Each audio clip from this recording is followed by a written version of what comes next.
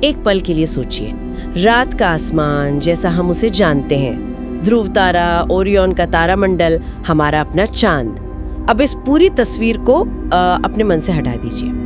कल्पना कीजिए अगर हमारी पृथ्वी मिल्की वे में नहीं बल्कि एंड्रोमेडा आकाशगंगा में जन्मी होती तो। हम एंड्रोमेडा की बात कर रहे हैं, मिल्की वे से 2 गुना बड़ा एक विशाल तारा समूह, एक ऐसी जगह जो मतलब घने तारा गुच्छों, हिंसक नेबुला और घूमते ब्लैक होल से भरी हुई है। ये सिर्फ एक अलग घर नहीं होता बल्कि इसके नतीजों का एक बिल्कुल अलग ब्रह्मांड होता। आज का हमारा मिशन यही है। हमारे पास the Andromeda hypothesis life reimagine नाम का स्रोत है और हम इसी के आधार पर इस वैकल्पिक हकीकत की पड़ताल करेंगे। हम ये समझेंगे कि अगर ऐसा होता तो पृथ्वी कैसी दिखती, इंसान क्या बनते और क्या हमारे जैसा जीवन वहां जीवित भी रह पाता। चलिए इस पर थोड़ी गहराई से बात करते हैं। तो सबसे पहले और सबसे बड़े बदलाव से शुरू करते हैं। हमारा सूरज, वो हमारा सूरज नहीं होता। स्रोत इस बात पर जोर देता है कि एंड्रोमेडा में विशाल तारे, सुपरनोवा, ये सब बहुत ज्यादा हैं। तो हमारा तारा कैसा हो सकता था? बिल्कुल, ये सबसे बुनियादी फर्क होता। स्रोत यहाँ 3 बहुत ही दिलचस्प संभावनाएं पेश करता है। पहली, हो सकता है कि हमारा तारा एक ब्लू जायंट होता, नीला दानव तारा। हाँ, हमारे सूरज से कहीं ज्यादा बड़ा, गर्म और चमकीला, जो हमारे आसमान को एक गहरी, तेज कोबाल्ट रोशनी से भर देता। लेकिन इसकी उम्र बहुत कम होती, शायद कुछ करोड़ साल ही। बस कुछ करोड़ साल? इसका मतलब तो जीवन को पनपने का मौका ही नहीं मिलता। बहुत मुश्किल होती, बिल्कुल। दूसरी संभावना है एक रेड जायंट की, एक फूला हुआ बूढ़ा तारा जो पृथ्वी को एक धीमी खून जैसी लाल रोशनी में नहलाता। और तीसरी, जो शायद सबसे चौंकाने वाली है, एक बाइनरी स्टार सिस्टम। एक मिनट, बाइनरी मतलब? 2 सूरज। इसका मतलब क्या हमारे यहाँ दिन और रात का कोई मतलब ही नहीं होता, या मौसम का चक्र पूरी तरह से बदल जाता? दोनों ही। कल्पना कीजिए, एक सूरज उग रहा होता और दूसरा डूब रहा होता। परछाइयां हमेशा दोहरी होती। कभी कभी आसमान में दोनों सूरज एक साथ होते, जिससे गर्मी असहनीय हो जाती। रात शायद होती ही नहीं, बस एक धीमी सुनहरी शाम होती। और यहाँ आकर्षक बात यह है कि ये सिर्फ एक नजारे का बदलाव नहीं है, ये जीवन के विकास की पूरी कहानी को ही बदल देता। उस अलग तरह की रोशनी के नीचे जीवन का विकास बिल्कुल अलग रास्ते पर चलता। और ये तो सिर्फ तारे की बात हुई। मुझे लगता है कि यहाँ ये वाकई दिलचस्प हो जाता है, क्योंकि सिर्फ तारा ही नहीं, पूरी आकाश गंगा ही अलग होती। स्रोत एंड्रोमेडा को एक ब्रह्मांडीय युद्ध क्षेत्र कहता है। हमारी शांत मिल्की वे की तुलना में एंड्रोमेडा एक बहुत ज्यादा हिंसक जगह है। युद्ध क्षेत्र शब्द बिल्कुल सही है। तो फिर इस पूरी उथल पुथल का असर क्या होता है? ये एक महत्वपूर्ण सवाल खड़ा करता है। इस तरह के हिंसक माहौल में कैसा जीवन पनपेगा? स्रोत बताता है कि एंड्रोमेडा में लगातार खतरे मौजूद रहते, जैसे बार बार होने वाले सुपरनोवा।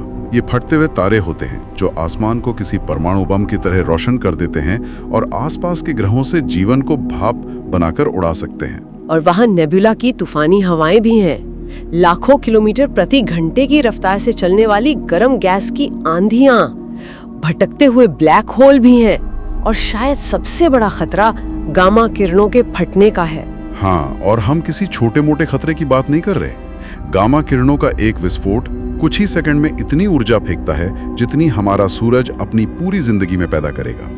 इसके रास्ते में आने वाला कोई भी ग्रह मिनटों में भुन जाएगा।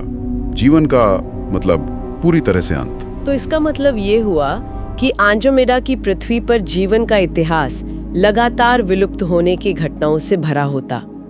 हर कुछ 10 लाख वर्षों में जीवन लगभग खत्म हो जाता और फिर से शुरू होता। बिल्कुल, ये एक ब्रह्मांडीय सांप सीढ़ी का खेल होता।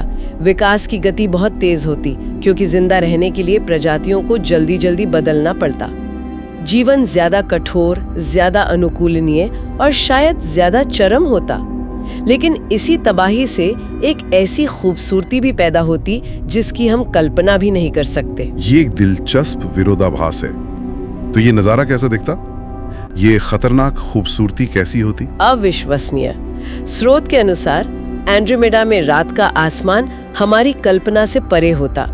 सोचिए, रात में विशाल तारागुच्छे दिखते जो हमारे आसमान के तारों से 10 गुना ज्यादा चमकीले होते। पूरे आसमान पर गुलाबी, हरे और नीले रंग के नेबुला के बादल हमेशा फैले रहते और हमारे पास एक नहीं बल्कि 2 या 3 चांद भी हो सकते थे। आकाशगंगा की भुजाएं वो रात में ब्रह्मांडीय राजमार्गों की तरह चमकती, तारों की नदियों जैसी। स्रोत इसकी तुलना इंटरस्टेलर और अवतार जैसी फिल्मों के मिले-जुले रूप से करता है, एक जीता जागता आसमान। बिल्कुल। अब उन निवासियों के बारे में सोचते हैं जो इस आसमान को देखते। अगर हम इंसान वहां पैदा हुए होते तो हम आज जैसे बिल्कुल नहीं दिखते। वहां का ज्यादा विकिरण, तेज रोशनी, ये सब हमारे विकास को एक अलग दिशा देती। किस तरह की दिशा? क्या हम ज्यादा मजबूत होते? मजबूत और बिल्कुल अलग। हमारी त्वचा शायद ज्यादा गहरी और परावर्तक यानी रिफ्लेक्टिव होती, ताकि हानिकारक किरणों से बच सकें। धुंधली नेबुला वाली रातों में देखने के लिए हमारी आंखों की पुतलियां बिल्लियों की तरह बहुत बड़ी होती।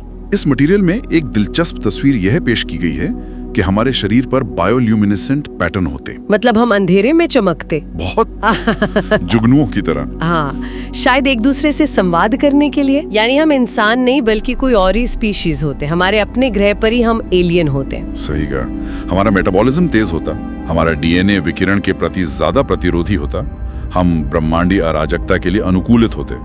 तो यहाँ का सबसे बड़ा सबक ये है कि मानव कोई एक तयशुदा डिजाइन नहीं है। हम पूरी तरह से अपने ब्रह्मांडीय माहौल की देन है।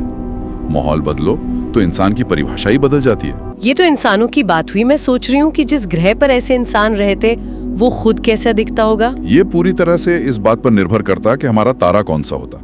एक नीले दानव तारे के नीचे पृथ्वी एक गर्म झुलसा हुआ रेगिस्तान होती। एक धुंधले लाल बोने तारे के नीचे ये एक बर्फीली दुनिया होती, जहां जीवन शायद गर्म महासागरों की गहराई में पनपता। और उस बाइनरी स्टार सिस्टम में 2 सूरज वाली दुनिया कैसी होती? शायद एक चमकदार बायोल्यूमिनेसेंट जंगल वाली दुनिया, जहां पौधे और जानवर खुद अपनी रोशनी पैदा करते। या फिर वायुमंडलीय आयन तूफानों वाला एक तूफानी ग्रह। कल्पना कीजिए, महासागर चमक रहे होते और पहाड़ ब्रह्मांडीय विकिरण से नियॉन रोशनी की तरह जगमगा रहे होते। और ध्रुवीय ज्योति यानी ऑरोरा सिर्फ ध्रुवों पर नहीं बल्कि पूरे आसमान पर छाई रहती, एक स्थायी नाचती हुई रोशनी। तो ये अराजकता सिर्फ एक खतरा नहीं है, ये विकास को गति देने वाली एक शक्तिशाली शक्ति भी है। बिल्कुल, क्योंकि एंड्रोमेडा हमारी आकाशगंगा से पुरानी और ज्यादा अस्त व्यस्त है। वहां विकास की प्रक्रिया बहुत तेजी से होती। तेज उत्परिवर्तन यानी म्यूटेशन, तेज अनुकूलन और तेज जटिलता।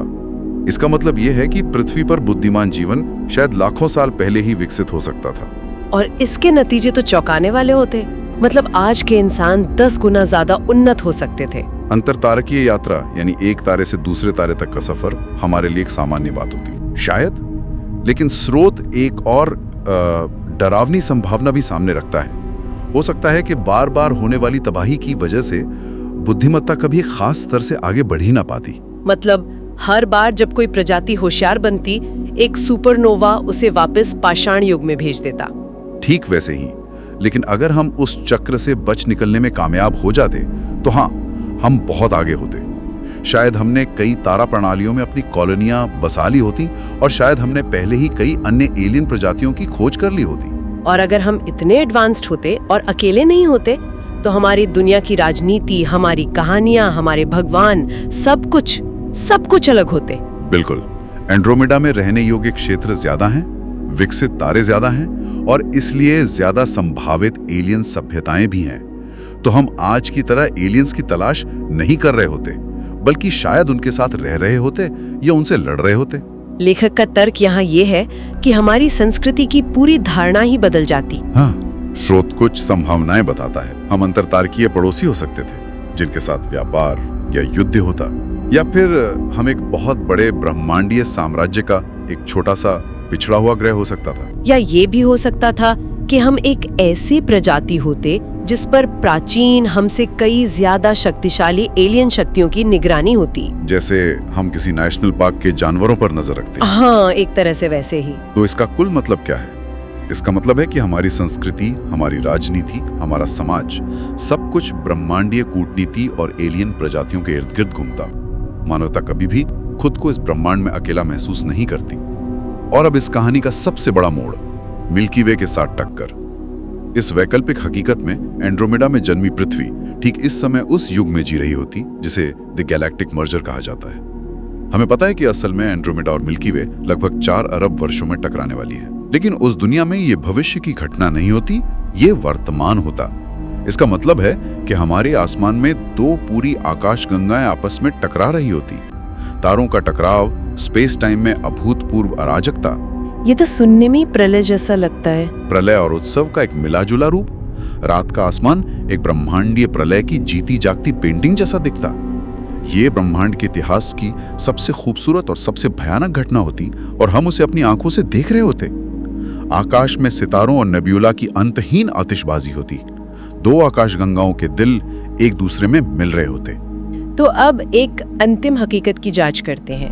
अगर पृथ्वी एंड्रोमेडा में जन्मी होती तो इसकी बहुत ज्यादा संभावना है कि हम होते ही नहीं। शायद शुरुआती ब्रह्मांडीय तूफानों में ही जीवन खत्म हो गया होता, या हम आज से कहीं ज्यादा उन्नत होते, या शायद हम पर एलियंस का शासन होता। ये सारी संभावनाएं हैं, लेकिन यहाँ स्रोत के मुख्य विचार पर जोर देना जरूरी है। एंड्रोमेडा एक शांतिपूर्ण मां की तरह नहीं है। स्रोत उसे एक योद्धा आकाशगंगा कहता है, एक ऐसी जगह जहां जीवन, अराजकता, आग और विनाश के बीच विकसित होता है। वहां जीवित रहने का मतलब है लगातार संघर्ष करना। यह डार्विन के सिद्धांत का ब्रह्मांडीय संस्करण है। स्रोत के अंतिम शब्दों के साथ इस चर्चा को समाप्त करते हैं। अगर पृथ्वी वहां जन्मी होती तो मानवता ज्यादा मजबूत, ज्यादा अजीब, ज्यादा पुरानी और ज्यादा तेज होती, और एक ऐसे ब्रह्मांड में जी रही होती जो हमारी कल्पना से कहीं ज्यादा घातक और खूबसूरत होता। बिल्कुल।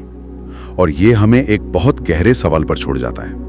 स्रोत ने शारीरिक अनुकूलन की बात की कि हमारी त्वचा कैसी होती, हमारी आंखें कैसी होती, लेकिन एक ऐसे आसमान के नीचे रहते हुए हमारे मन, हमारे दर्शन और हमारे धर्म कैसे अनुकूलित होते, जहां हर रात विनाश और निर्माण का ब्रह्मांडीय नृत्य साफ दिखाई देता हो। एक ऐसी सभ्यता कैसे अपने देवताओं की कल्पना करती जो अपनी आंखों से आकाश गंगाओं को टकराते हुए देख सकती हो? क्या उनके देवता, रचयिता और संहारक दोनों एक ही होते? ये एक ऐसा सवाल है जिसका जवाब शायद हम कभी नहीं जान पाएंगे।